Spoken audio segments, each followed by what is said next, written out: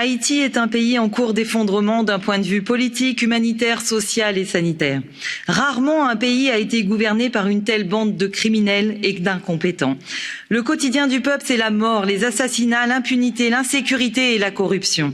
À cause de l'instabilité du pays, de nombreuses bandes criminelles contrôlent plusieurs quartiers dans les villes en enlevant des centaines de citoyens innocents chaque année.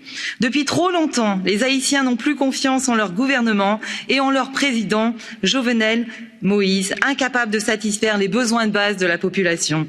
Que pouvons-nous faire pour faire respecter l'état de droit, la démocratie et le respect des droits de l'homme en Haïti? Nous ne pouvons pas rester sans rien faire face à cette situation. En restant trop discrète face au maintien au pouvoir du président Moïse, la communauté internationale se fait complice d'un pouvoir autoritaire qui génère pauvreté, violence des gangs et insécurité alimentaire.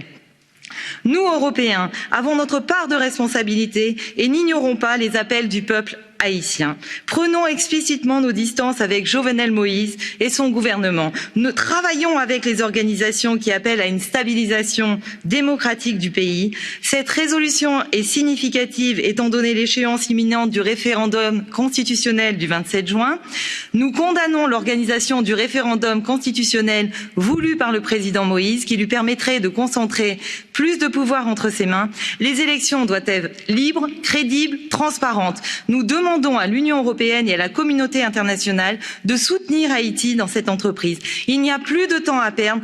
Aussi complexe que soit la situation, c'est notre devoir de nous mettre à écouter ce que disent les Haïtiens et les Haïtiennes et agir sans plus attendre. Merci.